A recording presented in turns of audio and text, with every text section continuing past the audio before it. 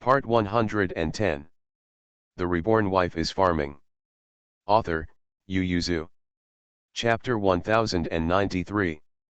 Mu Yangling was happy to hear that, but Fan Zijin couldn't see that she was happy, so he poured cold water on her. Big cousin never said that he would definitely move the capital here. Don't be too happy, this capital city is not very good at first glance, the courtiers I won't agree. That's not necessarily the case. Ji Haoran supported his wife as always. The capital is vast and there is still a lot of unused land. If the imperial city can be built here, it must be majestic.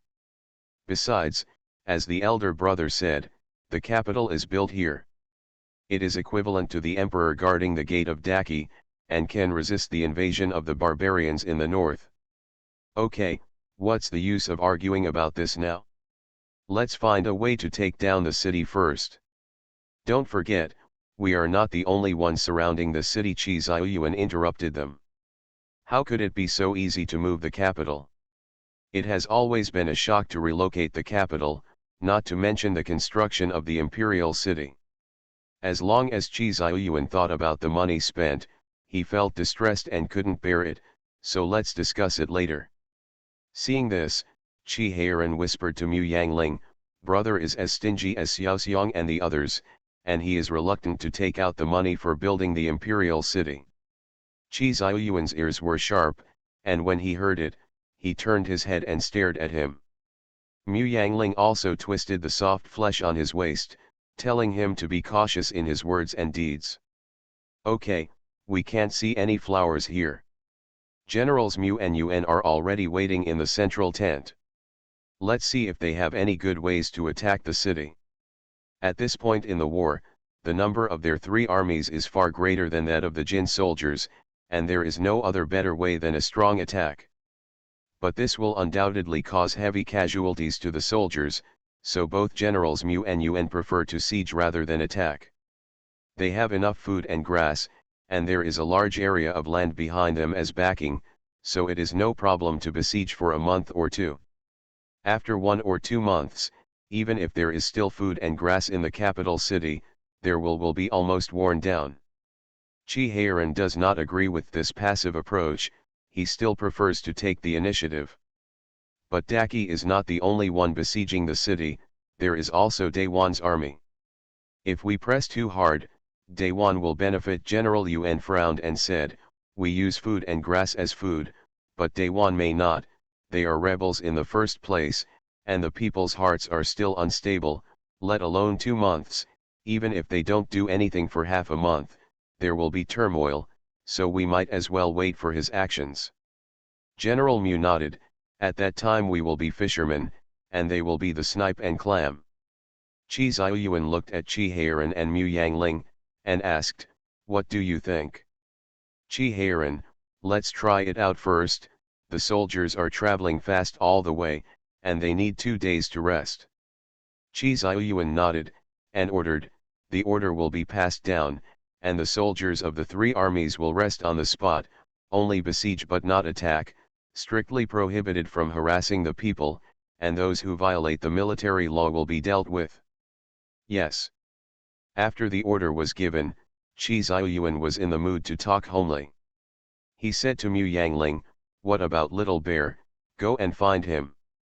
This kid has a lot of tricks, why don't you let him think of a good way? Shideo, General Yuan's grandchildren are also in the army. Young people have a lot of ideas, why don't they let their children find a way to go? Bosi is also a young man, why not let them go together? General Yuan and General Mu knew that the emperor wanted to train a few children, so they agreed. Qi Ziyuan waved his hand and said, okay, I haven't been able to rest since we met at night, you go down and rest. Haoran, you go and serve your father-in-law, don't stand in front of me anymore.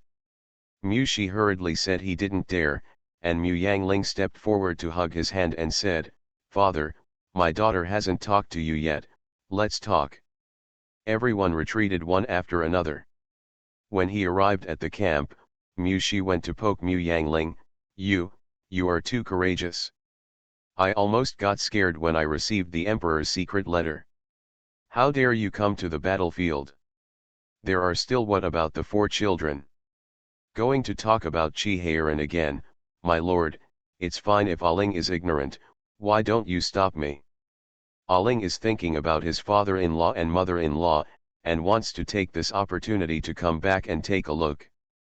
We may have to detour to Jingzhou Mansion when we go back, and then we can go home and have a look. Mu Shi sighed, and said, your mother and younger brothers and sisters are all well. This time your second brother also came with him. He is behind and probably won't arrive until the afternoon. By the way, Little Bear is here too. He woolen cloth. He's still sleeping. The kid has been exploring the way with the scouts for the past few days, so he fell asleep as soon as he arrived. When he wakes up, I'll ask him to come and greet you. After all, Xiao Xiong failed to see Mu Shi, so before he woke up, Mu Shi was going to lead troops around the east gate to besiege the city, and Xiao Xiong listened to the emperor's order. Zheng Grongal, Qin Ming and others tried to break the city. However, they have no good way. Little Xiong sat on the hill with his chin propped up and looked at the majestic Zongdu city in the distance, and lamented, the Zongdu city is too solidly built, and now the method of sneaking in won't work. How can there be any good way? Qin Ming and Rong Le nodded, and said, the casualties in the storm are too great, and now we can only listen to General Yuan and General Qin siege and not attack. Little Xiong stood up with a ha and said, the capital city of Zongdu is now a tortoise shell. This is the capital city of Dajin. There must be a lot of grain and grass stored. They really want to occupy the city. Are we going to spend half a year here? Uncle Huan can't stay here for too long. It's been 3 months since the war started in late February, and it's almost June, and the south of the Yangtze River is harvesting summer. Are we going to celebrate the new year in the north? Then what is the best way? I have no good way. Qin Ming and Rong Le. But we can ask others. My mother said that when we have no other way, we should listen to everyone's opinions and brainstorm.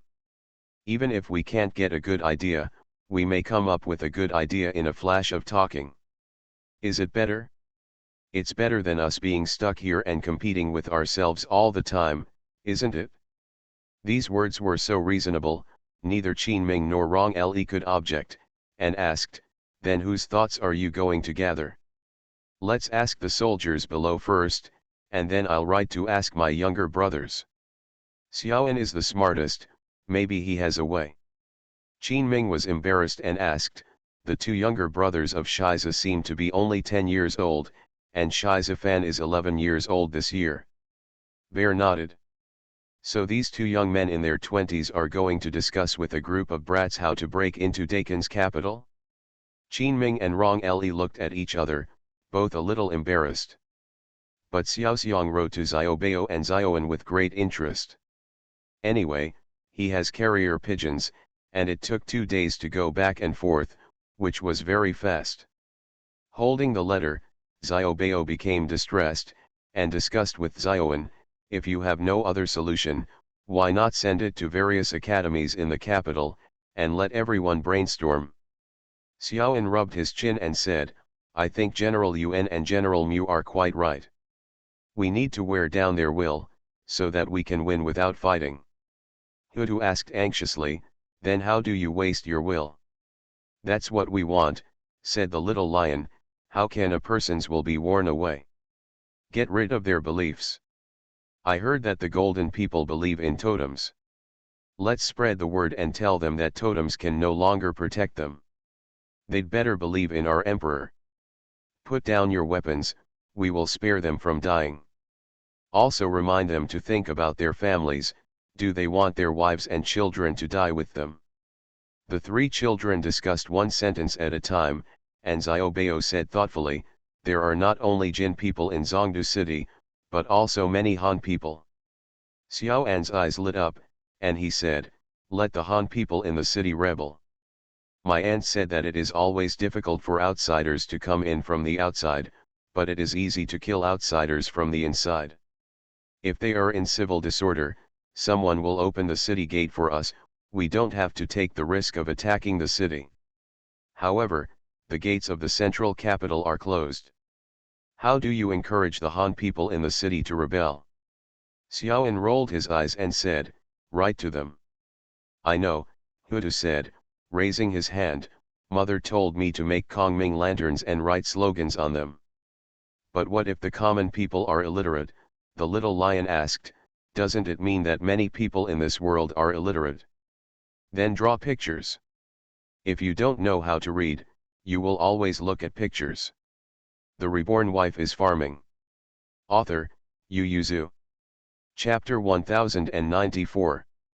At this time, Qi Heiran was also saying to Mu Yangling, we can't just wait for them to fight with each other.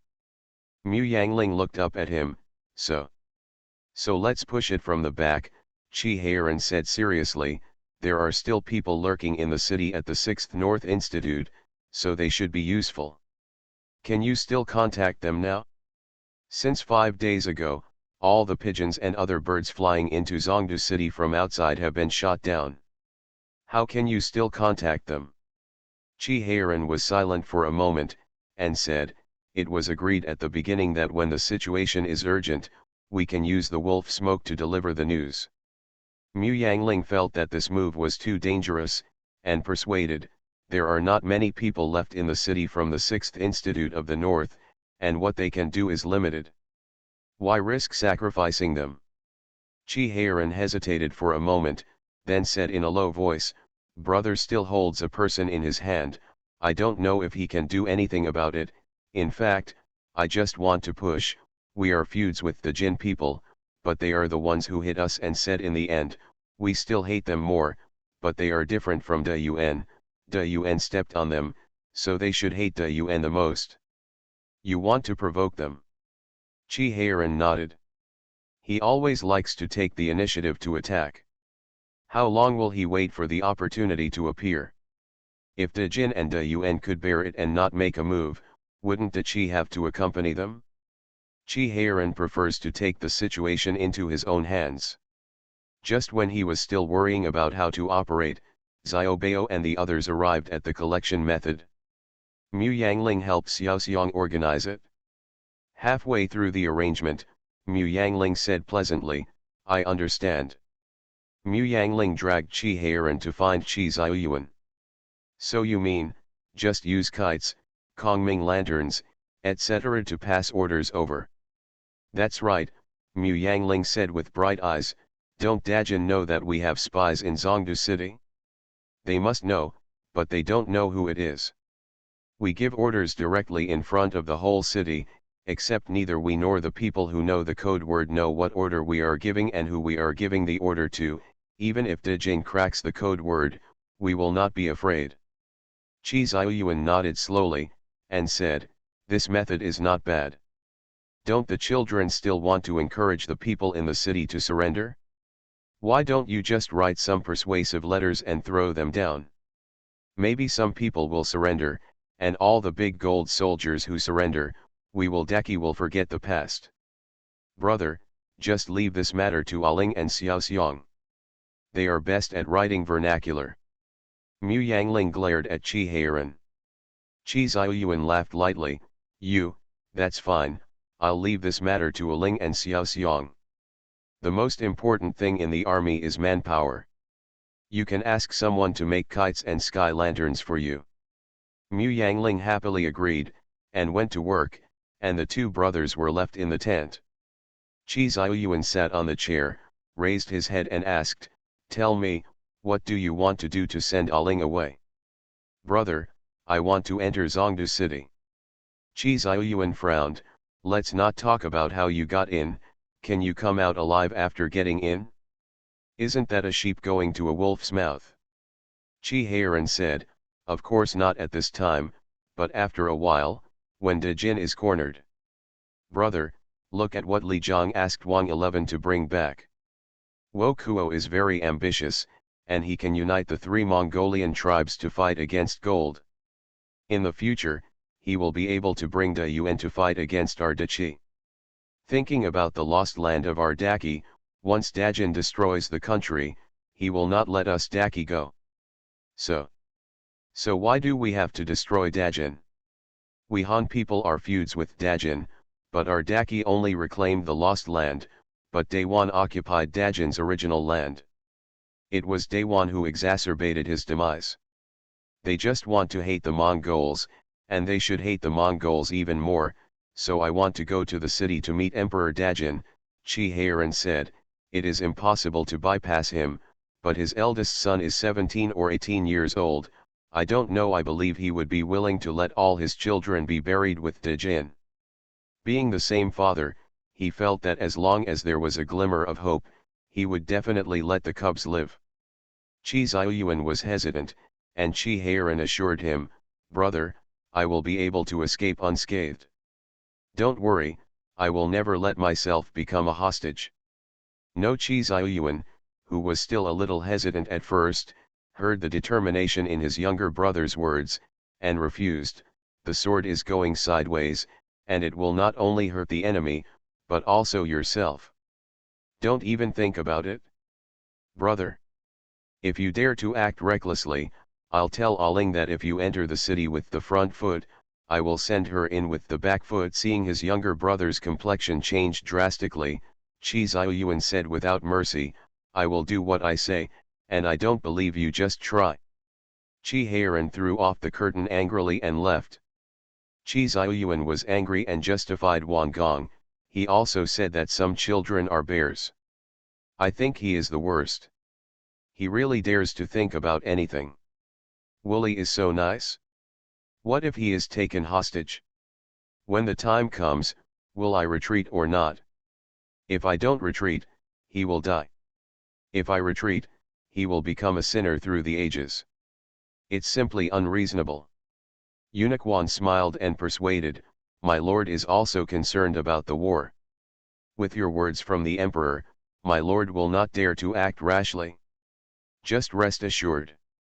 Chi Ziyuan sneered, "Whether you see brother's things, if you don't threaten him with his wife, you can see if he will listen." Eunuch Wan could only sneer, not daring to answer. Chi Ziyuan was sulking while sitting on the chair, so Eunuch Wan poured him a cup of tea, and persuaded him in a low voice, "Although the prince's heart is a little reckless, he is only thinking of the emperor. Don't worry, your majesty, the princess is here, the prince will be fine in a while. If not, let the duke go to persuade him." Seeing that Chi Ziyuan was sitting silently, Eunuch Wan smiled and said, "My lord's temperament is only able to be subdued by the Wangfei, thanks to the gentleness and tolerance of the Wangfei. If your majesty is still worried that the Wanjai will sneak in, why don't you tell the Wangfei empress secretly and let the empress persuade you?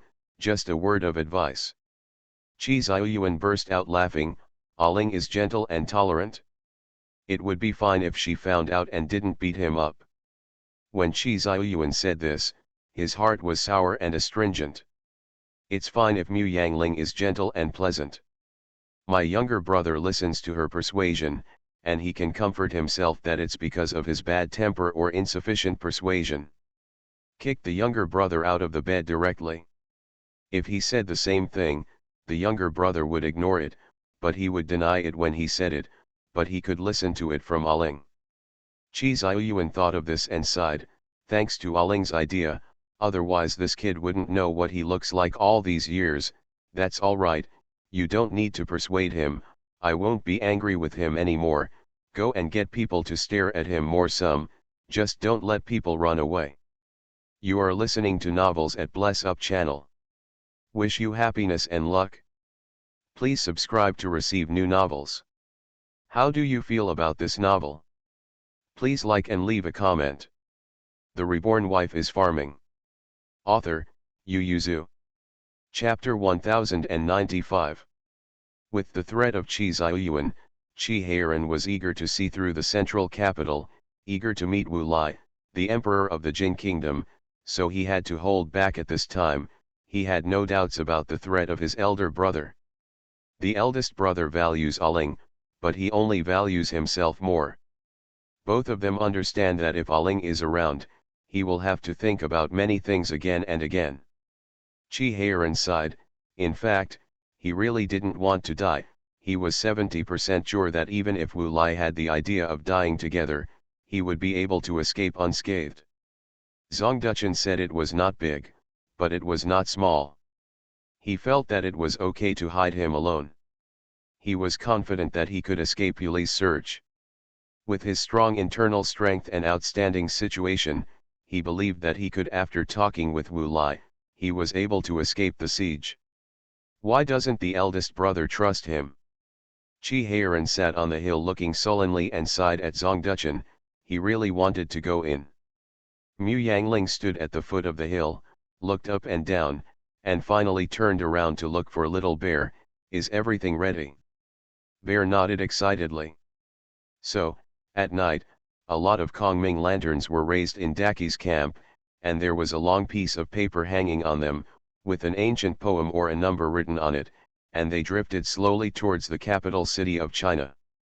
De Jin Zhou thought about it for a moment, then his expression changed drastically, and he shouted, "They are using this thing to convey a message, shoot him down quickly." So many soldiers in Zhongdu city shot arrows upwards to shoot down the Kongming lantern, but the Kongming lantern fell down, and in mid-air, some papers were scattered, and there was a small bundle of paper at the bottom of the Kongming lantern that fell on the ground. The above is a letter to the common people of Dajin. It means that as long as the people of Dajin surrender, Daki treats them equally. In Daki, citizens are not divided into ranks. In terms of taxes and other treatment, they will only be different according to their occupations, not their races. If the first two sentences are propaganda to everyone, then there is purposeful agitation behind it. The latter was written by Qi Ziyuan according to Mu Yangling's intention, expressing his sympathy and apology for the Han compatriots living in the land-lost areas. Since he was sensible, he was determined to take back the lost land. As a citizen, he never forgot this goal and ideal even after he ascended the throne as a queen. He hopes that his compatriots will no longer be killed wantonly, and the murderer will only be fined a few taels of silver or hit a few boards. He hopes that his compatriots will no longer have to pay more taxes because they are Han or different ethnic groups. In Daki, all ethnic groups are treated equally. The latter is the forgiveness of the Jin people and Jin soldiers. Qi Ziyuan said that war is not the wish of the people of the two countries. He believes that the Jin people and Jin soldiers do not want war. They are just following orders. As long as they put down their weapons, he is willing to let the past go. If they want to leave Zhongdu and return to the grassland, he will allow them to take away their property, and if they want to stay in Zhongdu, he will treat them like the people of Daki, as long as they abide by the laws of Daki. Ken. There were a lot of Kongming lanterns, and they were shot down one by one. When the left minister of the kingdom of Jin got the scattered letter papers, he knew that those falling letter papers had been hidden by those who cared. It will make people panic. But if they don't search, let this letter circulate and encourage their people, it will also be detrimental to Dajin. The left prime minister of the kingdom of Jin clenched his fists in anger. De Qi acted despicably, unexpectedly came up with such a method. The left prime minister of the kingdom of Jin didn't know that some brats came up with this idea, otherwise he would be even angrier. For several days in a row, the city of Zhongdu was very quiet, but the atmosphere was very stiff, and the undercurrent was raging in private. Many people walking on the street would always look up at the sky from time to time. Recently, Daki has been throwing something into the city, kites during the day and Kongming lanterns at night. Letters or pictures were written on the kite, and a bundle of letter paper was tied to the string underneath. As long as it fell, the people would tear up the letters before Jinbing took them away, and Jinbing couldn't even chase them return. The same is true for Kongming lanterns. No matter whether they are shot or not, some Kongming lanterns will eventually fall in the city, and the letter paper tied underneath will still be taken away and spread in private. And the dignitaries of the kingdom of Jin could vaguely feel that there was a force secretly operating in the capital city, and now the people in the whole city were agitated into agitation, and even the dignitaries of the kingdom of Jin were moved by the promise of the Daki emperor. If this goes on like this, without Da Qi and Da Yuan attacking the city, we will be defeated. First Jin Guozhou looked a little defeated, and said to the emperor, "Your Majesty, we have to find a way to appease the people." Wu Lai asked indifferently, "Central capital city is now besieged and impenetrable, and the country is bound to perish. How can we appease you?" Jin Guozhou moved his lips, and finally remained silent. After a long time, Wu Lai finally said, "If you have a way to leave, go as soon as possible." The left Prime Minister of the Kingdom of Jin supported the pillar and wept bitterly, "Your Majesty, you are so discouraged, how can you ask the soldiers to defend their homes and the country? Family? Do I still have a family now? The country is about to be destroyed, and I am huddled in the city. How can we talk about Huaiguo?" The left Prime Minister of the Kingdom of Jin gritted his teeth and said, "Your Majesty, I have met a businessman named Zhou, and he may be able to provide us with a glimmer of hope." Wu Lai didn't believe it at all. They were now surrounded by Daki and Dayuan, and there were no reinforcements outside. They could only wait to break the city. How could there be any hope? Jin Guozhou wiped away tears, turned and went out. He said that where there is life, there is life. He suspected that Joju had something to do with Da Qi a long time ago, and now he is even more certain. Regardless of whether the message he sent was his own plan or the plan of the Emperor Daki, this is a chance for them. As long as they can send a prince out of the city, they will not be counted as subjugated, and they will still have a chance. Joju sent away the left Prime Minister of the Kingdom of Jin, and under his arrangement, he was finally able to send a message quietly. The letter quickly reached Qi Ziyuan's hands. Qi Ziyuan smiled slightly, and took up a pen to reply. "Heiran's proposal is great, but he won't let Heiran take this risk, but it's okay to let his subordinates take the risk." Qi Ziyuan replied to the letter with a pen, and even stamped his seal on it in order to win the trust of the Emperor of Jin.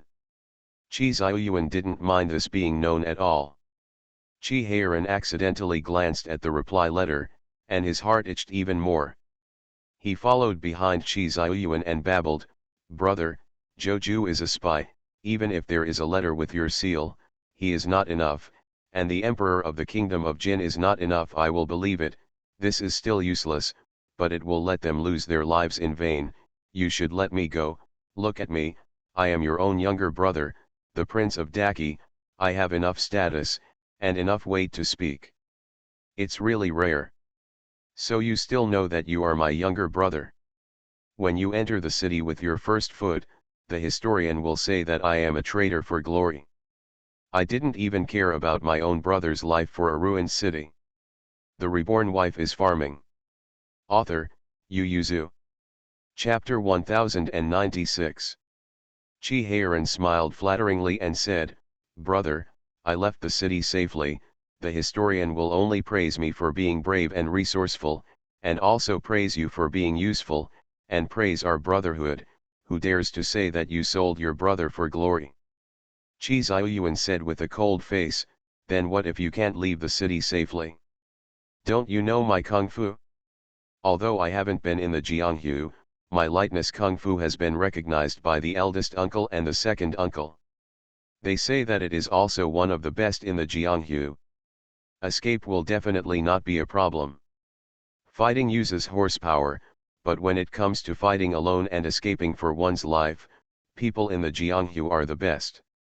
As a general, Qi Heiran can be ranked first in the Jianghu, which shows that his kung fu is very good, and this is why he insists on entering the city.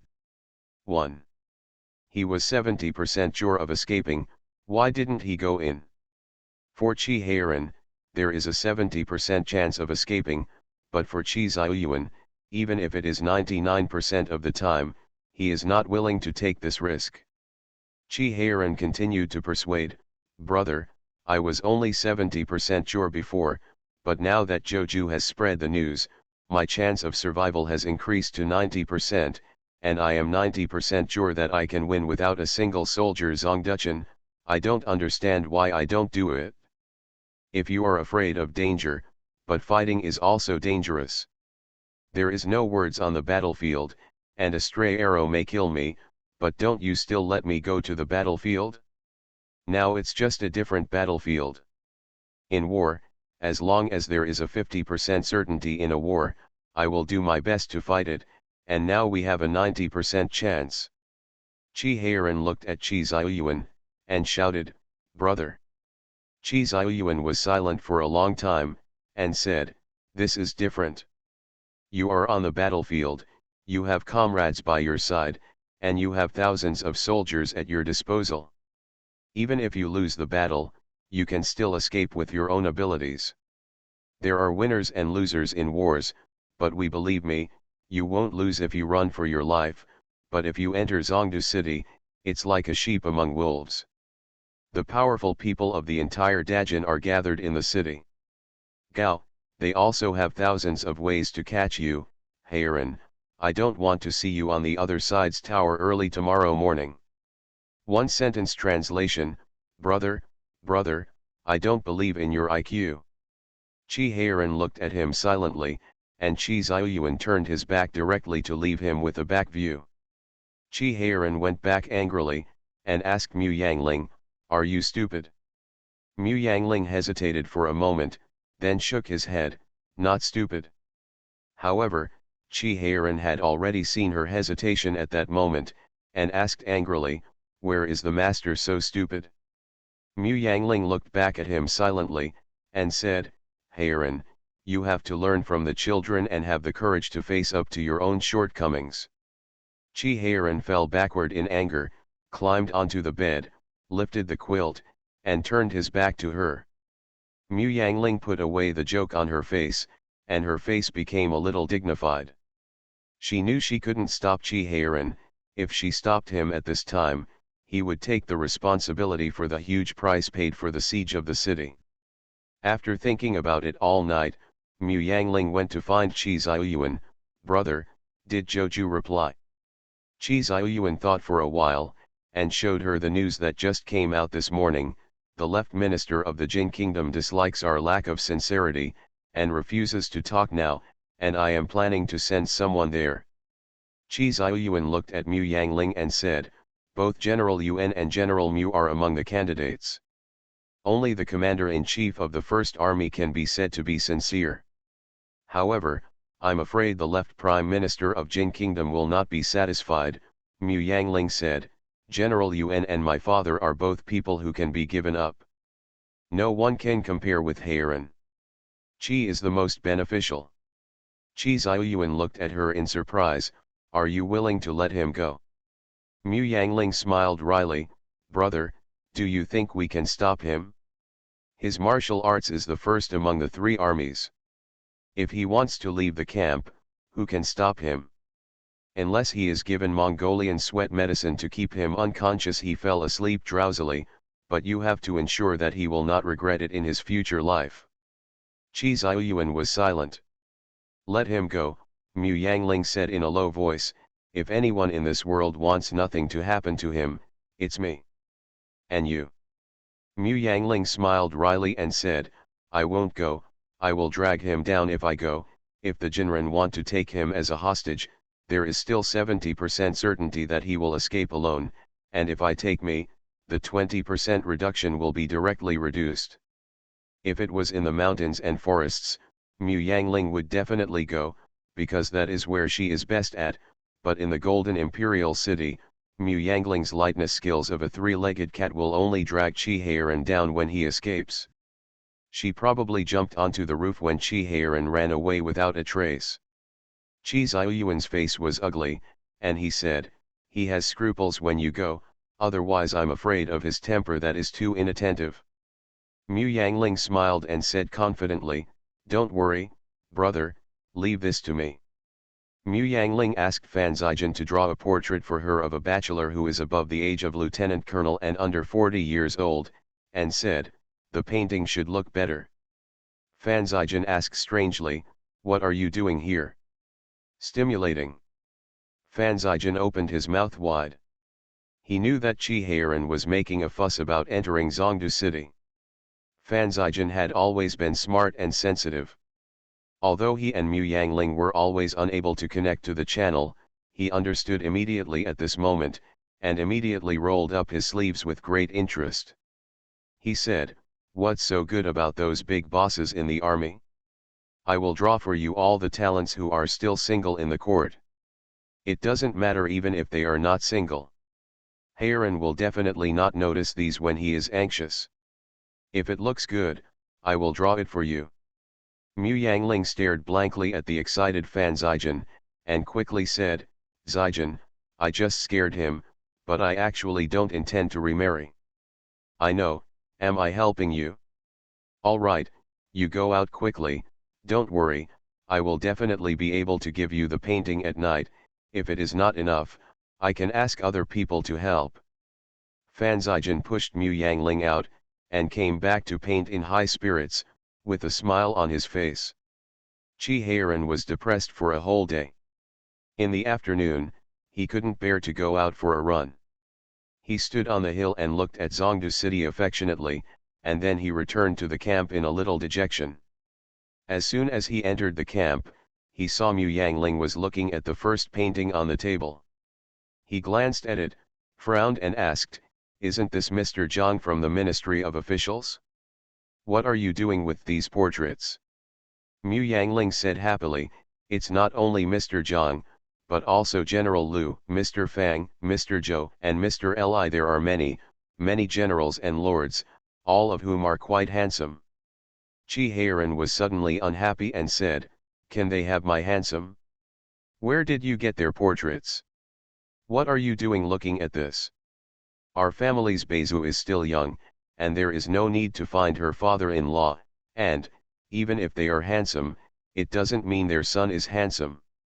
Where did you think, they are all single, how can they have any sons?" Chi Heiran became alert and asked, "Then why are you looking at their portraits?" Mu Yangling said indifferently, "It was sent by Zijin, who told me to take a closer look, maybe it will be useful in the future." Mu Yangling thought about it, and felt that this was too unfair to Fan Zijin, so he had to drag Chi Ziyuan into the water, and said, "Didn't you make a fuss about going to Zhongdu City? My elder brother has already agreed, and you asked me to say sorry to me today. And let me rest assured that if something happens to you, I will be responsible for it." No, Big Brother just finished talking about it in the morning, and Zijin sent all these portraits in the afternoon, and he painted them himself. Chi Heiran's eyes widened in shock, he pointed at Mu Yangling with trembling fingers and couldn't speak. After a while he suddenly rushed up like crazy and tore each other up on the table, and then rushed out with red eyes. Mu Yangling followed closely. Seeing that he was going to Fan Zijin's camp, he was immediately relieved and hummed in his heart. If he wanted to drive a wedge between her and Heiran, he had to ask her if she would agree. At this time, Mu Yangling selectively forgot that it was her portrait painted by Fan Zijin. After a while, Fan Zijin's miserable howl and Chi Heiran's angry roar came from the camp. The patrolling soldiers were startled and ran over to check the situation. The Reborn Wife is Farming. Author, Yu Yuzu. Chapter 1097. Chi Heiran was so angry that he picked up Fan Zijin and turned him around 180 times, turning him unconscious. Then he tore up all the paintings in his tent, and tore up all the white paper in the tent in order to prevent future troubles. He broke all the pens, and then he looked at Fan Zijin who was lying on the ground out of breath. He pointed at Fan Zijin's nose and cursed, "Don't think that you are my cousin so I dare not beat you up. Are you still my brother? You dared to." Chi Heiran lowered his voice and roared angrily, "You dared to beat me Ling remarried, what do you mean? Do I owe you money, or do I owe you money?" Fan Zijin stood up in a daze, knowing that he had fallen for Mu Yangling's tricks. The atmosphere was very tense for a while, so he grabbed the broken pen on the ground and threw it at it, shouting, "You might as well beat me up, if Mu Yangling says anything, you can kill me. What do you believe? She told me to draw those paintings, she just wanted to remarry, so you go to the city, if you die, she will immediately take the little bear and them to remarry. Fart, Chi Heiran jumped. If Aling really thought about it, she would still let me see the painting? She told you to paint and you just painted. Since when did you listen to her like that? It was you who instigated it, can't wait to see us. Fan Zijin lay down on the ground, looked at the top of the tent and said, whatever you want to say, anyway, you just remember that if you dare to die in the city of Zhongdu, I will marry her. Not only will I marry her, I will and let her take your property, your son and daughter to marry, just watch if you don't believe me. Chi Heiran didn't expect Fan Zijin to be so vicious, he was so shocked that he forgot to speak. Fan Zijin glanced at him sideways, seeing his fists tightened and loosened, and tightened again. He was really afraid that he would beat him. Would he die half of the fist? So Fan Zijin got up and moved to the door of the tent, and said, Big cousin also knows about this, the emperor has acquiesced, do you think you can still struggle? If you die this year, Aling will only stand up at such a young age. Let her be a widow for 20 or 30 years. Even if my eldest cousin and I are willing, I guess your son is not willing either. Fan Zijin tried his best to provoke and told Chi Heiran that if he died, no one in this world would remember him, his brothers would forget him, his wife would remarry, and his son and daughter would be called other people's fathers. Except for a tombstone in front of the grave, who can remember him? Chi Heiran left sadly. Yan Mo came in to support his master, and said in a low voice, Master, isn't our move too ruthless? Fan Zijin rolled his eyes and said, Master, if you don't hit harder here, is there still a need for Mu Yangling to play? Oh, I'm dizzy, help me to the bed quickly, who taught him to spin around? Yan Mo held back his smile, and said, Fortunately, the prince still has reason, he just turned around, if he moves his fist. Fan Zijin glared at him, touched his forehead and climbed onto the bed tremblingly. He obviously wanted Mu Yangling to rush forward to block the knife, and then he came out to persuade or warn him earnestly. Why is the situation completely reversed now? Mu Yangling is too treacherous, and will never play with her again. When Chi Heiran returned to the tent, seeing the broken paintings on the ground, he was even more sad, and sat on the bed in a daze with red eyes. Sitting next to him, Mu Yangling poked him and asked, What did you do to Zijin? I heard his screams from afar. Chi Heiran ignored her with red eyes. Mu Yangling sighed and said, Are you going to never talk to me again? You're planning to remarry, what else do you want to say to you? Chi Heiran couldn't help wiping away his tears when he said this. Mu Yangling was annoyed and funny, Do you believe me when I say I want to remarry? Chi Heiran looked at him with red eyes, and his big eyes were moist. Mu Yangling couldn't help but softened, hugged him and said, We are angry with you, you are so focused on rushing in, have you ever thought about us? Have you ever thought, if you die, what will happen to elder brother, what will happen to Zijin, what will happen to me and the children? Sir, 70%. For us, what we see is the 30% probability. Mu Yangling interrupted him, looked at him seriously and said, Haoran, I will definitely be sad after you die, and I may also be desperate. Maybe I went with you out of sadness and despair, but what about our children? The little bear is already a big boy, so don't worry about it, but what about the tiger-headed little lion and little leopard Beizhu? Especially little leopard and Beizhu. They are just over 2 years old and can talk just now. They don't remember who each other is if they haven't seen each other for 2 months. We are dead. Can Hutu take care of the 4 younger brothers and sisters? He has put all his energy on his younger siblings, so what else can he do? Chi Heiran's eye circles were red, and he tried his best to hold back the tears in his eyes.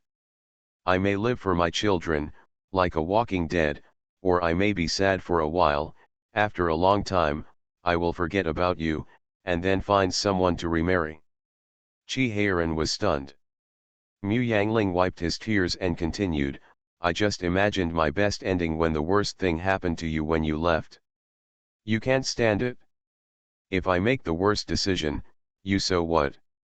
When Chi Heiran thought that Mu Yangling would be buried with him, leaving behind the two children who were waiting to be fed and the young tiger-headed lion, Chi Heiran felt a pain in his heart, and he said with trembling lips, then you can't remarry, no, then you can't start looking at the portraits of those stinky men right now.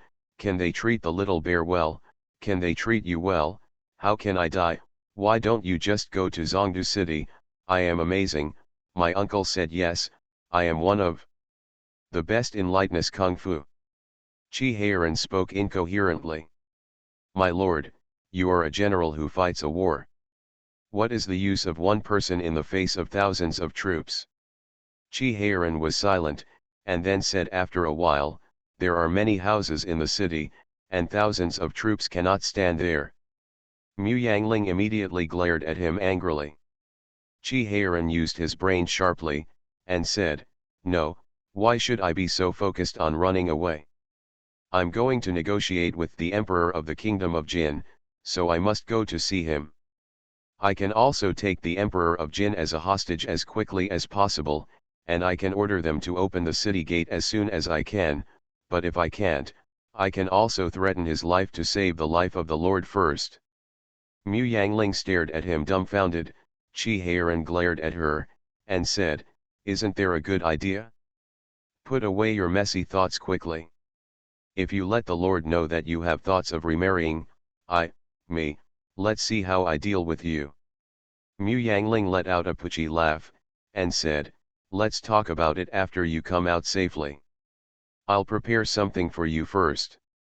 You are listening to Novels at Bless Up channel. Wish you happiness and luck. Please subscribe to receive new novels. How do you feel about this novel? Please like and leave a comment. The Reborn Wife is Farming. Author, Yu Yuzu. Chapter 1098. Mu Yangling removed the heart guard from his armor and sewed it into his clothes, and prepared sleeve arrows for him. I have soaked these arrows with poison that can block bloody throats, so save them and use them sparingly. Take all the hidden guards around you. If something really happens, you should have someone to support you. Chi Heiran saw that she was so busy going round and round for him, and he let go of her heart, feeling much better. He hugged Mu Yangling and said, don't worry, I will definitely come back alive. These arrangements of yours may not be able to be dispatched at all, it will come in handy. Didn't Monk Yu and Hui often say that master is a lucky star? This time I will definitely have good luck and good luck. In the next 3 days, it was like verifying that Chi Heiran was indeed a lucky star. Things went very smoothly, and even if he met Wu Lai, a stubborn member in the middle, he was worn out by him. The next night, Chi Heiran brought 6 hidden guards to stand under the city of Zhongdu. Under the signal of the left Prime Minister of the Kingdom of Jin, someone secretly opened the gate of the small city and let them in. On this side, all the soldiers guarding the city of Zhongdu are Wu Lai's confidants, and the left Prime Minister of the Kingdom of Jin came to pick up Chi Heiran in person. Chi Heiran first proposed to see Joju. Jin Qiaozuo understood that Chi Heiran had to communicate with Joju, at least to know where the matter was going, and he also wanted to use Joju to tell about De Jin's conditions. Because De Qi was sincere enough to send their king wrong, he naturally also sincerely allowed Chi Heiran to spend one night with Joju. Joju was nearly 60 years old, and he knelt on the ground to greet Chi Heiran.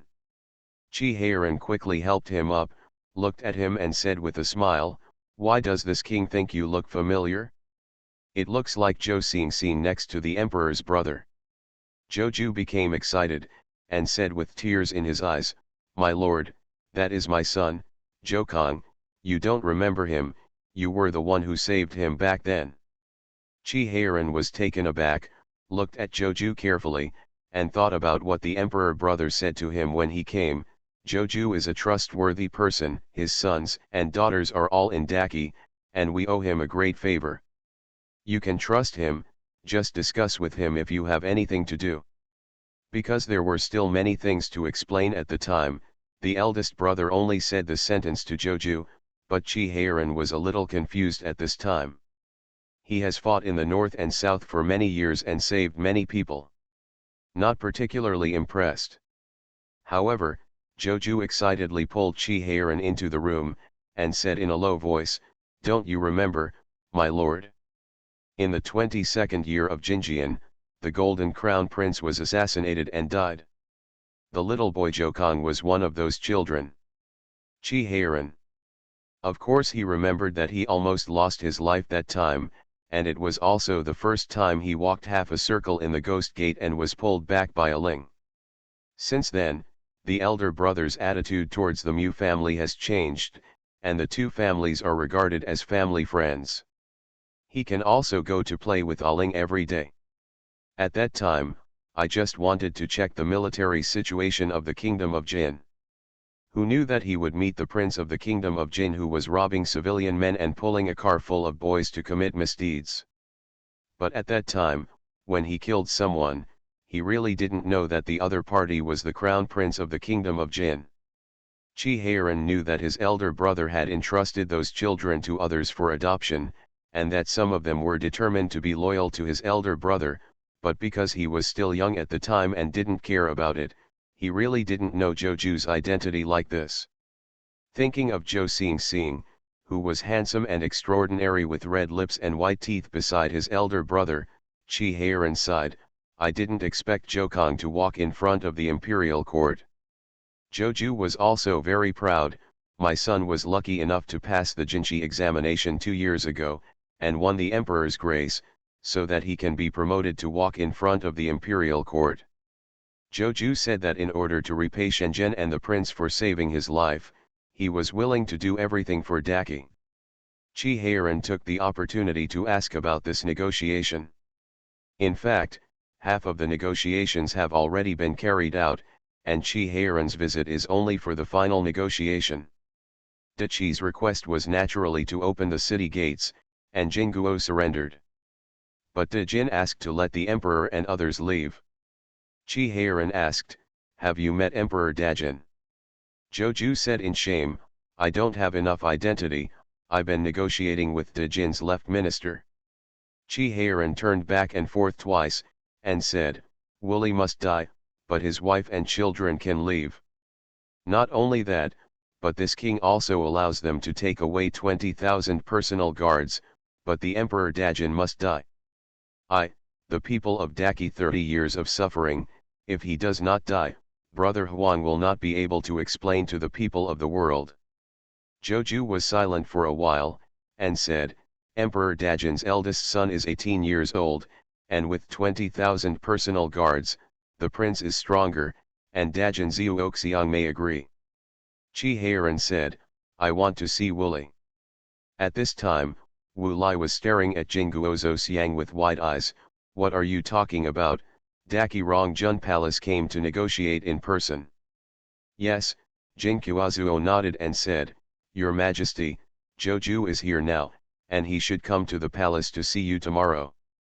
Wu Lai sat blankly for a moment, then burst out laughing, and said, "I never thought that Prince Daki would dare to come to Zhongdu City, ha ha ha."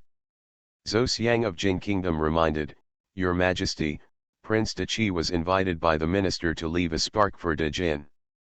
"Your Majesty, the ancestors of Dejin could conquer the world with a few horses. Leaving the tinder behind, why worry that there will be no time to rise?" The left prime minister of the Kingdom of Jin was really afraid that the emperor would break the jar and die together with Chi Heiran. If Chi Heiran died in Zhongdu City, I am afraid that even the golden people in Zhongdu City would not survive. Although he is not a good person, it is obvious that he can't do it while watching the golden people die." Wu Lai was silent for a moment, then the left prime minister of the Jin Kingdom hurriedly mentioned his 18-year-old eldest son and 3-year-old youngest son. "He has so many sons, even if he only sends one away, there is always hope of returning to the country in the future, but now if they all die together, Dajin will really perish." When Chi Heiran came to see Wu Lai's first words were, "Why should I trust you? I opened the city gate with my front foot, and you sent troops to hunt us down with my back foot. Chi said indifferently, even if this king sends troops to chase and kill them, it's still after them, not you. King Rongjun, the left prime minister of Jingguo, glared at Chi angrily. Chi said, this is the condition added by this king. The Emperor Dajin must die, and your wife and children, I will let them go. In exchange, they can also take away 20,000 soldiers. This condition was even richer than Jin Zhuoxiang and Wu Lai expected. Wu Lai narrowed his eyes, and he couldn't believe it even more, thinking that he might be cheated by Da Qi again. He leaned against the dragon chair with an angry smile, his eyes became brighter with anger. Are you playing tricks on me, 20,000 soldiers? When did you guys become so kind?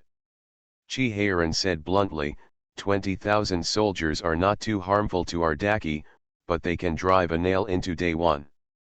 Wokuo's ambition is too big. With you holding back day one, we Daki can have at least 10 years of peace. Of course, if your sons are too bad, it's like this king never said that. Wu Lai and Zhou Xiang were stunned. They didn't expect Chi to have such an idea, let alone that he would directly tell them this plan. The Reborn Wife is Farming. Author, Yu Yuzu. Chapter 1099. Wu Lai and Prime Minister Zhou fell silent. If Chi had this idea, it would make sense why he allowed them to take away 20,000 soldiers. 20,000 people are not many, not enough to threaten Daki, but not enough to survive on the grassland, and keep making trouble for day one, making day one temporarily unable to spare energy to deal with Daki. As for why they obediently seek trouble with Da Yuan, it is needless to say, all their land has been robbed by Da Yuan, and if they want to survive on the grassland, they are themselves causing trouble for Da Yuan. Wu Lai lowered his eyes and thought for a while, then said, Day Yuan's 300,000 soldiers are in Baikan. If they send troops, we can't go far even with 20,000. Chi corrected again, it's not you, it's them. You can rest assured that they can leave through the west city gate. As long as the city is not broken, Wokuo will not pay too much attention to the outside situation. Moreover, if your soldiers even you can't hide your whereabouts, and I don't think there is any need to exchange out of the city, just stay in the city and destroy the group. Wu Lai sneered, and said, why don't my personal soldiers worry about the king wrong, but how many days do you plan to give them?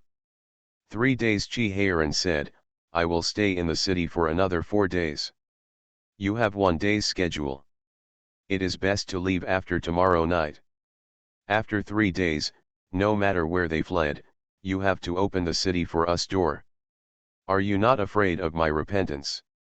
Chi looked at him with a sneer, with an extremely arrogant attitude, obviously telling him that even if he repented and killed him afterwards, Da Qi would definitely hunt down those 20,000 people to the end. Enraged by Chi attitude, Wu Lai choked with anger, but he did not dare to repent.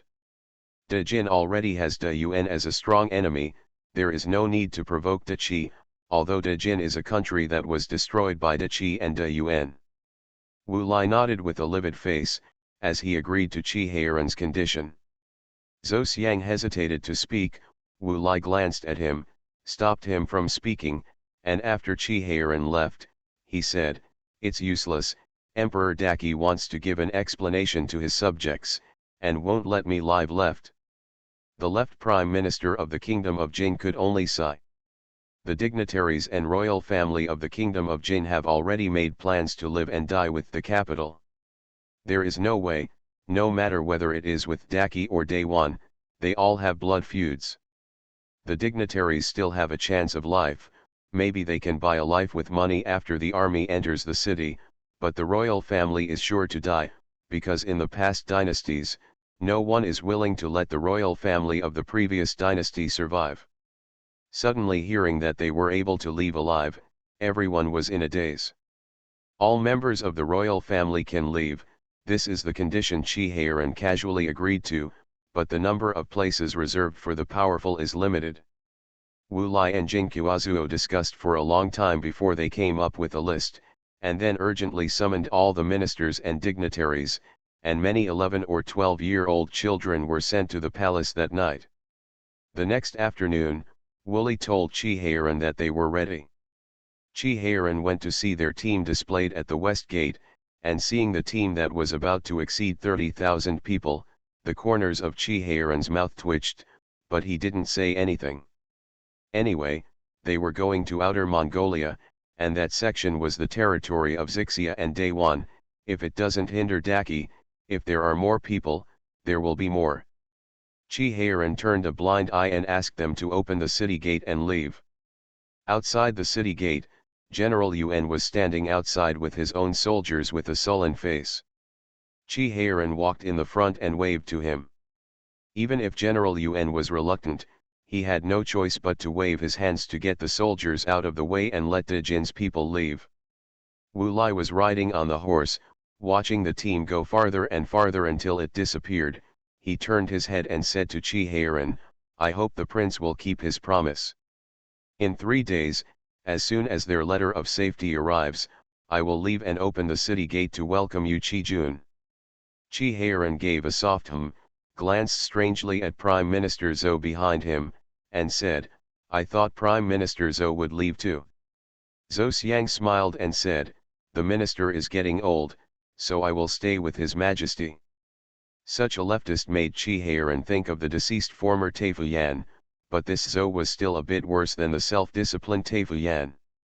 "I didn't expect to pass the treasury, but I was loyal. Those who should leave have already left." Qi Heiran does not want to stay in the Jin Kingdom Palace, but stays at Zhouju's house. Wu Lai didn't force it, but sent someone nearby to protect him. Qi Heiran couldn't die in Zhongdu City, at least not before 3 days.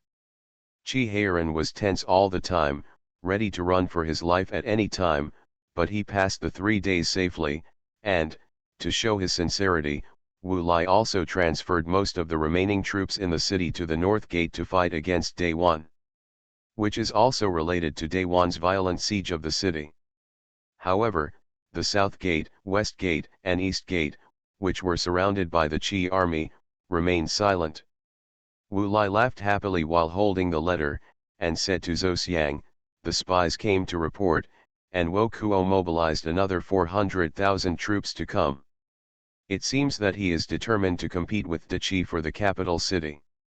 God help me, let them dog eat dog, we are so relaxed." Zhou Xiang bowed slightly, "Your Majesty, once the city gate is opened and Qi soldiers enter the city, there will be no fighting between the two sides." "That's not necessarily the case," Wu Lai said with a sneer. "The city has my fortune of 100 years, and Wo Kuo is now a pauper. He has an army of 600,000, while the besiegers of Daki are only 480,000. It is not certain who will win, and if you win Zhongdu City, Wo Kuo will be able to directly target Daki and go south at any time. But De Qi has King Rong and General Yuan, this bone is too hard, I'm afraid Wo Kuo won't be able to chew it off." Qi Heiran isn't in the city right now. Wu Li rolled his eyes and said, "I promised to open the city gate for them, but I didn't promise anything else. Go and ask someone to carry a few boxes of jewels and get them sprinkle it at the north gate of the city and tell Wo Kuo that I have plenty of gold, silver, and jewels in the capital." Prime Minister Zhou was speechless. His Majesty is determined to provoke De Yuan and De Qi to fight, although the scheme is a bit clumsy, but he has to admit that this method is effective. They just dropped 2 boxes of jewels, and the soldiers of Dayuan looked at Zongduchen with green eyes, and the attack became more fierce. Qi Heiran sneered when he found out, and Zhouju also shook his head and sighed secretly. Emperor Dajin's plan is very vicious, and now the city is still guarded by Dajin soldiers, so they don't care about their lives. Alas, even without us Daki and Dayuan, he will also perish. Small tricks, the deadline is tomorrow. He dare not let De Yuan capture Zhongdu City. He just provoked De Yuan to fight us. Am I, De Qi, still afraid of a small country that has just been established. As soon as the time came the next day, Chi Heiran took Joju and others to the south gate. Wu Lai was walking slowly along the tower, looking at the kneeling subjects below. He said in a cold voice, "General City, the door opens." His Majesty. Open it. If the Emperor Daki allows you to live, you will live. If not, let's all pray for blessings. Wu Lai drew out his sword and said loudly to Chi Heiran, who was under the city, "King Rongjun, I just hope you remember, keep your promise, otherwise, the emperors of the Dajin dynasty, will never let your descendants of the Qi family go." After finishing speaking, he smiled bitterly at the sky. "I am ashamed of my ancestors, so I will go to accompany them first." With one word, the horizontal sword slays himself. Prime Minister Zhou's eyes were red. He drew out his saber and followed closely. Since then, De Jin died. The reborn wife is farming. Author, Yu Yuzu. Chapter 1100. The gate of the city opened slowly, revealing the Qi army, who was ready to be punished outside. Qi Ziyuan, wearing armor, took the lead. Seeing Qi Heiran standing safely inside the gate, he breathed a sigh of relief, and couldn't help but smile on his face. The Jin people in the city, however, looked at the Qi army lined up solemnly outside with mournful faces, and couldn't help but knelt down on the ground. When the person in front kneels, the people behind will naturally follow suit. Qi Ziyuan led the soldiers of the three armies into the city under the welcome of the crowd. The people in the city walked out of their homes one after another and gathered on both sides of the street, silently watching Qi Jun approaching from a distance. Seeing the people in front kneeling, they also knelt down one after another. It's just that the kneeling people have three expressions. The golden man's face is numb and mournful, while the Han man is so excited that he weeps and kneels respectfully on the ground, blessing the new king in a low voice. The non-Jurchen ethnic minorities knelt on the ground and watched the Qi army heading for Dajin's palace with blank faces. Daki's army quickly went to the north city gate, replacing the Jin soldiers who were still fighting the enemy above. The south city gate and the north city gate are far apart, and the Jin soldiers in the north city didn't know what happened here. Seeing the sudden appearance of the Qi army, they thought that the south city gate had fallen, and turned around one after another, aiming their weapons at the Qi army. Guarding the north city gate was Wu Lai's confidant. He had received the news long ago. Seeing that the Qi army had arrived at this time, he knew that the emperor was dead. He let out a loud roar and told the soldiers to put down their weapons with red eyes. While he slashed his sword wanting to kill himself, General Yuan hurried him to take down the weapon in his hand, looked at him for a while, and said expressionlessly, "My emperor has no intention of killing you, just put down the weapon. And wait for disposal. After all, let someone detain him and quickly take over the north city gate." The Yuan army, who was still attacking the city outside, saw the Qi army suddenly appearing on the top of the city tower, and there was an uproar. "The Qi army has entered? Grandma is a bear, that bastard Wu Lai has gathered all the soldiers at the north gate to deal with us. Why did the Qi army attack the south gate so quickly? Go and tell King Khan that the Han people have invaded the city. What should we do? Do we still want to fight?" There was chaos outside the city of Zhongdu, and within a short while, the Qi army entered the city, and the news of Dajin's subjugation spread throughout the city of Zhongdu. The people in the city were happy and sad, but the Yuan army outside the city was only annoyed. They sacrificed so much that they didn't even knock down half of the city gate. As a result, the Han people entered the city. Grandma is a bear, the Han people have all entered the city. Why are the Jin soldiers still guarding the north gate? Won't they go to the south gate to support? If you want to talk about hatred, they De Jin and De Qi have been feuds for hundreds of years, so we just fight after fighting for 5 years. Why did you fight to the death with us? Wo Kuo's men quarreled. Wo Kuo was silent for a long time, and said in a deep voice, "No, the other 3 city gates haven't moved at all these days. How could the Han invade the city?" Are you sure you read correctly? The people on the towers are Han. That's not true. They are wearing the clothes of the Qi army. The most important thing is that General de Qi Yuan is standing in front of him. His hair is half gray. The last general was lucky enough to meet him, so he must be right. Although the others had never met General Yuan, they all recognized de Qi's military uniform and responded one after another. Wo Kuo walked for a while with a livid face, and said, "Pause the siege and see the situation." Wo Kuo turned around and went to a nearby tent, where a wounded man was imprisoned. Hearing the movement, the man raised his head and pulled the chain on his body. Seeing Wo Kuo, he smiled and said, "Why, what problem did His Majesty encounter?" Wo Kuo's face was livid. "Li Zhang, I think I treat you kindly, but you and Xueji betrayed me." Li Zhang looked at him coldly, closed his eyes slightly and did not speak.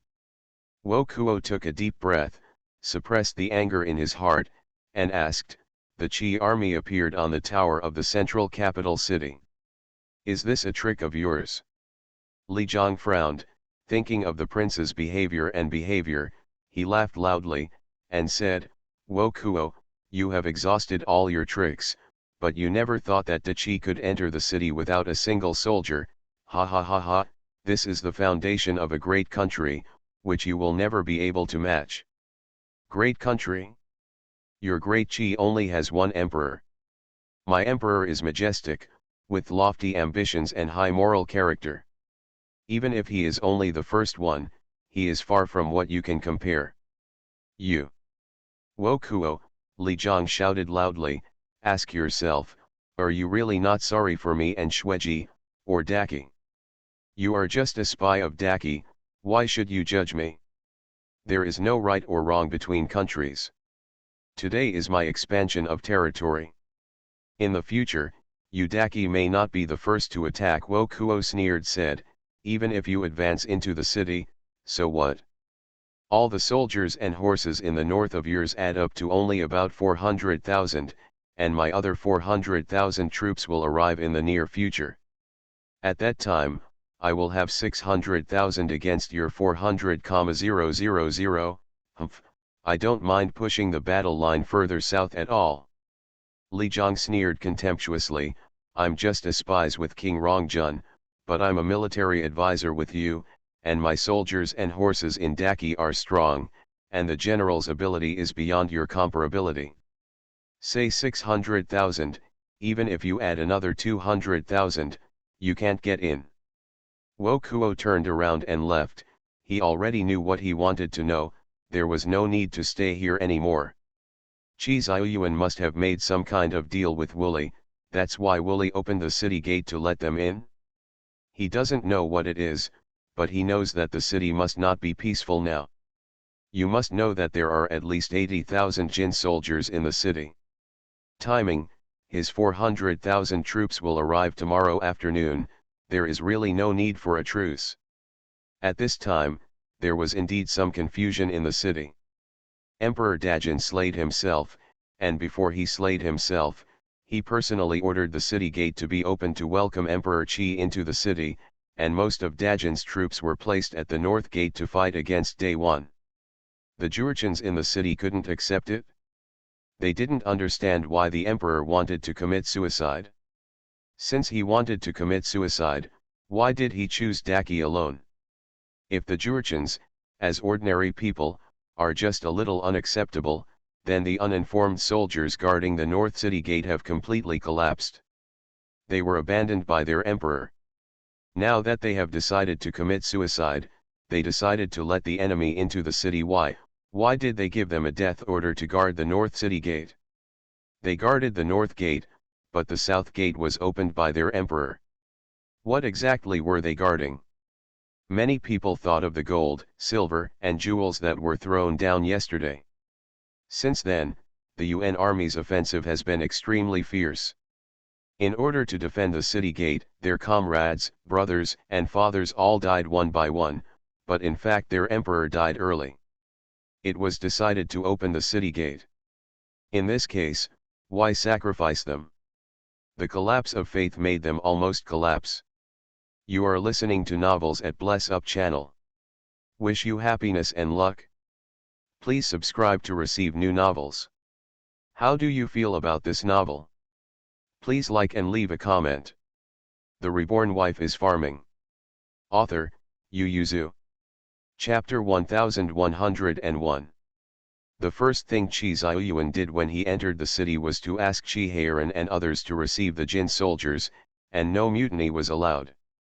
Chi Heiran disrupted the more than 80,000 Jin soldiers according to their length, divided them into the Chi army, and one Jin army consisted of 100 people. They were familiar with each other, and they would not be too panicked to be merged into the Chi army, but 100 people it can't be messed up. The Jin soldiers were merged into the Chi army when they were still full of fear, dazed and at a loss, and when they realized that they had been abandoned by their king, they had no more contact with their compatriots. When Mu Yangling entered the city, he only had time to hold hands with Chi Heiran before leaving. He was too busy to touch the ground, but Mu Yangling was idle. After thinking about it, she went to the camp where Jin Bing was received. Although Jin Bing and Chi Jun did not clash, they looked at each other with fierce eyes from time to time. Mu Yangling turned to look for Jin Bing. Instead of letting them be at a loss and breed killing intent, it is better to tell them the decision of the upper management and let them choose freely. Chi Xiaoyuan actually didn't make up his mind on how to deal with these surrendered golden soldiers. Seeing Mu Yangling talking about this matter, he asked with a smile, "What can you do?" "Brother, it's not good for us to keep them. Instead, we need to spend more energy to rectify and guard them. Killing prisoners will hurt peace. It's better to let them choose. If they are willing to stay, we will take them in. Those who want to leave, just give them some rations and a few taels of silver." Chi Xiaoyuan frowned. Wouldn't this provide combat power for the fleeing golden royal family? Mu Yangling smiled and said, "Brother, it's no secret that Yuli used Zhongdu City to trade with us for 30,000 people to escape. Do you think the abandoned golden soldiers will still be loyal to them?" Chi Xiaoyuan raised his eyebrows and smiled. "What's more, Wu Lai threw gold, silver, and jewels down in order to provoke Daywan to attack the city, regardless of the golden soldiers guarding the northern city.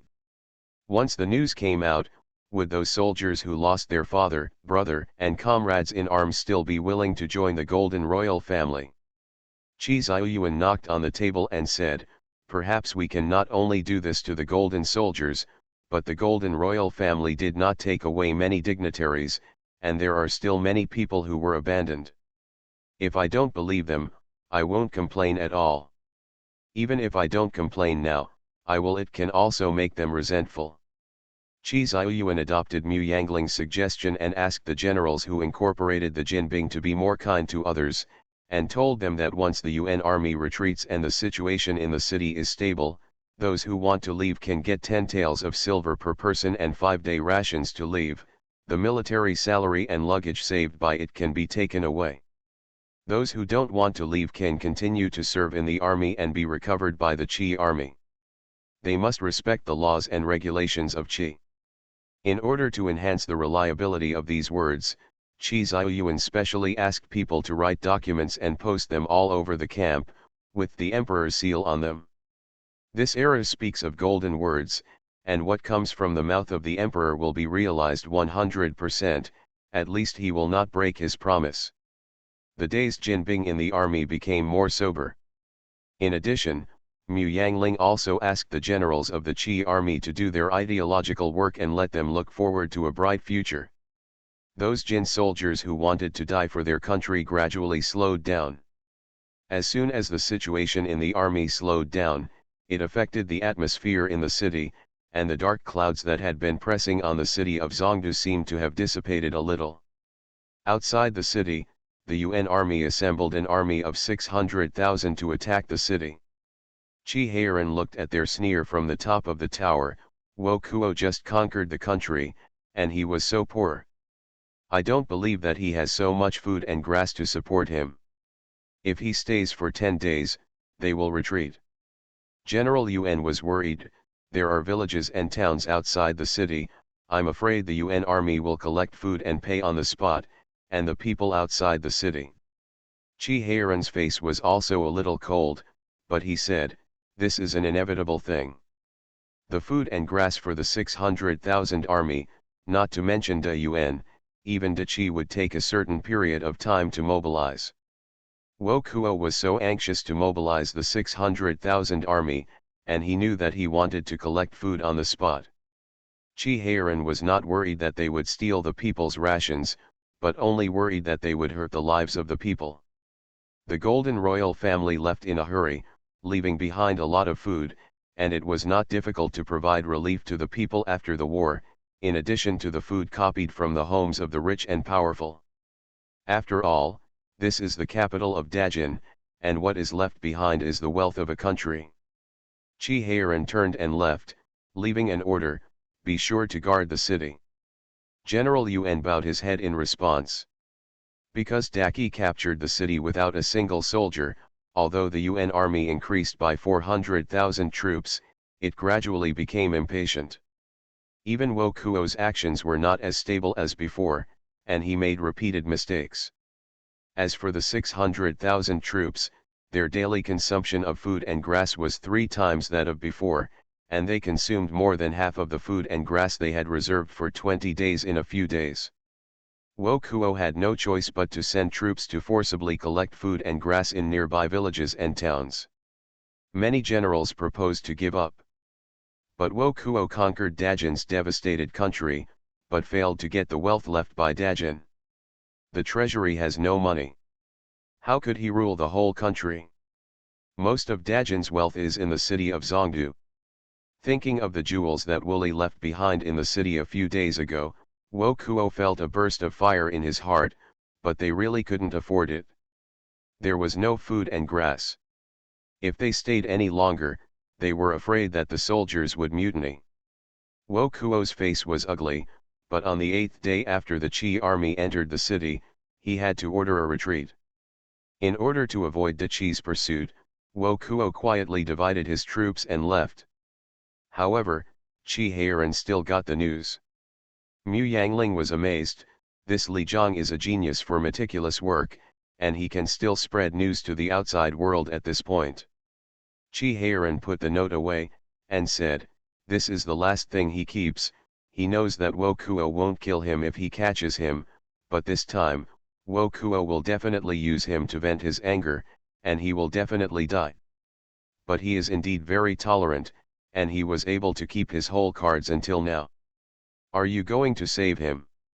Of course, wouldn't it be a pity if such a talent is not saved, Qi Heiran said with a smile, the master still points to him to come back and continue to work for us. After the series of events, Qi Heiran really looked at Li Zhang with admiration, and naturally he was reluctant to let such a person die, and he was the founding hero of Day One, and he was with him since Wo Kuo was a slave in mining. Day One is now he is very familiar with all civil servants and military generals, and he also knows Wo Kuo, which is really a great weapon to deal with the UN.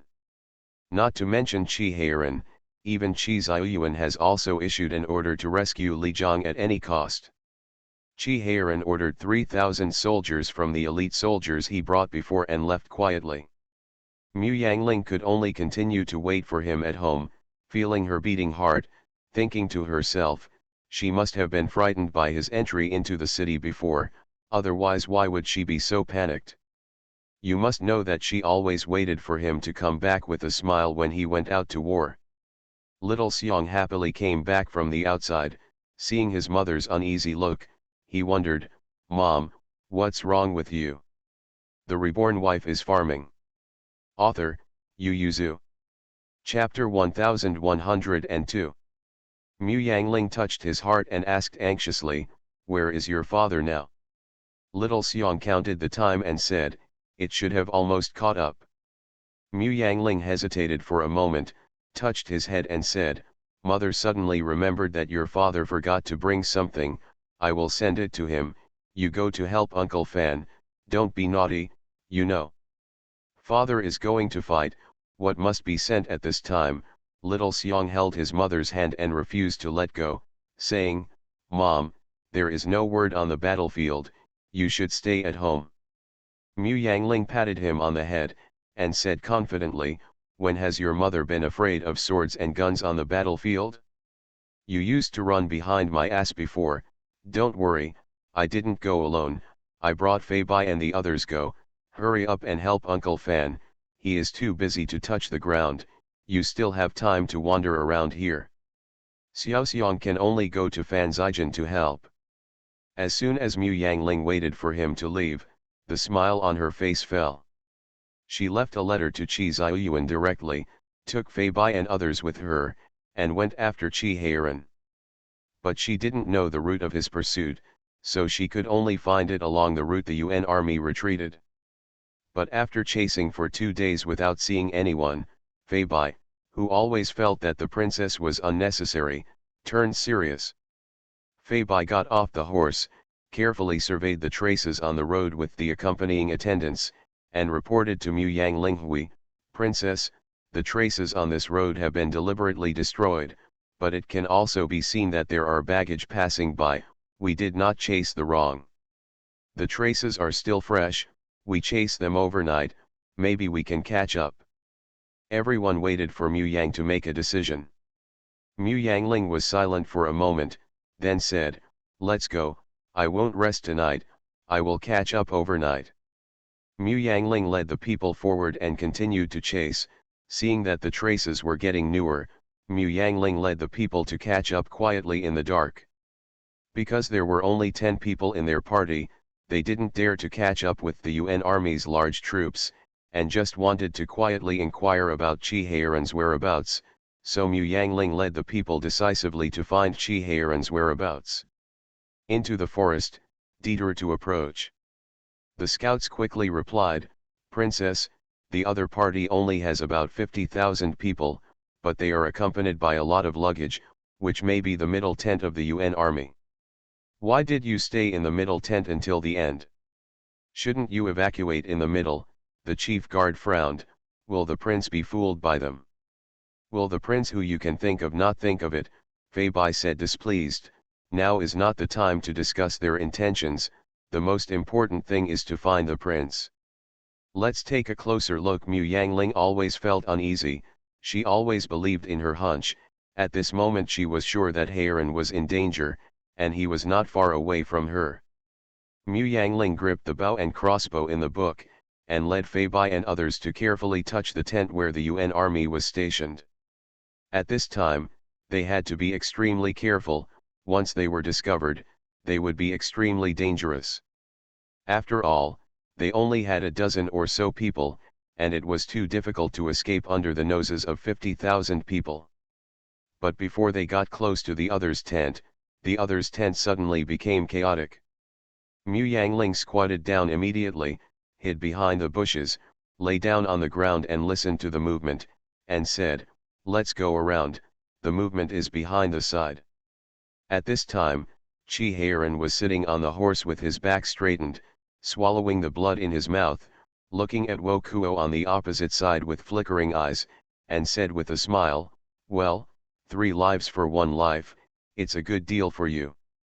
Fang Xiaoyi pressed the knife around Yuan Jiang's neck tightly, and looked at the other side warily. Wo Kuo's face was ugly. He set up a situation where he invited the king into the urn. He originally wanted to kill Qi Heiran so as to injure the Qi army. Even if he couldn't defeat Zhongdu city, Da Qi lost King Rong and Qi Ziyuan lost a younger brother. It would be a great deal to them hit. But I didn't expect Qi Heiran to be so powerful. He used 80,000 people to set up a trap, but still let him escape. Not only that, but he also lost more than 30,000 people and 3 generals. This is a great shame. The 3 generals were all captured by Qi Heiran, and he wanted to exchange his life for Li Jiang. If he changed, his prestige would be reduced, and he would not be able to swallow this breath. If he did not change, he would lose the morale of the army. After all, these 3 are all his. If he disregarded their lives, what would the soldiers who followed him think? Wo Kuo looked directly into Chi Heiren's eyes, and said without a word, I didn't expect a Chi to be so willing to send such a person by my side. Chi Heiren sneered, Emperor Yuan also thinks highly of himself. You were just a slave who opened a mine. Although you were a prince from a small tribe in Mongolia, you were also a fallen prince. Why do you think that I, Da Chi, would spend so much on you, effort? Aling said that no matter what you do, you must hold the reason, even if they are unreasonable, you must find a way to hold the reason, so that you can be justified. At this time, Chi Heiren said confidently, at the beginning when Li Zhang asked to come to my palace, if he hadn't seen him as a Han, and swore that he would severely damage the Jinbing, how could I have provided you with so many weapons? Did you sign the covenant? In order to show sincerity, this king took a lot of trouble to find Li Zhang Sueji's family and send them to Day One. As a result, Dajin was not defeated.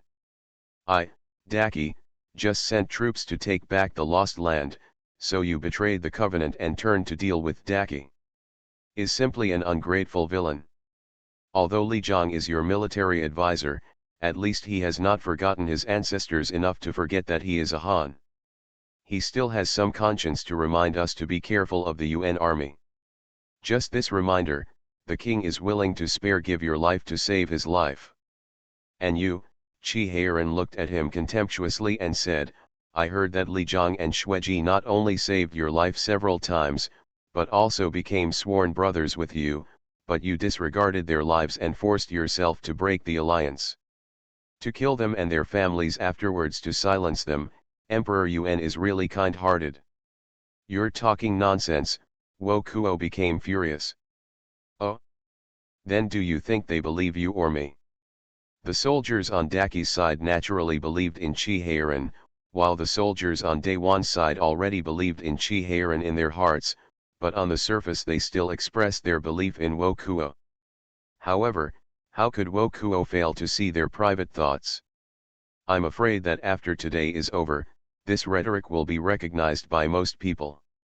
Wo Kuo's eyes were red with hatred, he felt that Chi Heiren should not be allowed to speak, but he knew it later. Chi Heiren tried to provoke him again and again, but he only hoped to delay the time a little longer. He didn't know if his letter for help had returned to Zhongdu City, but the longer the time, the better it would be for them.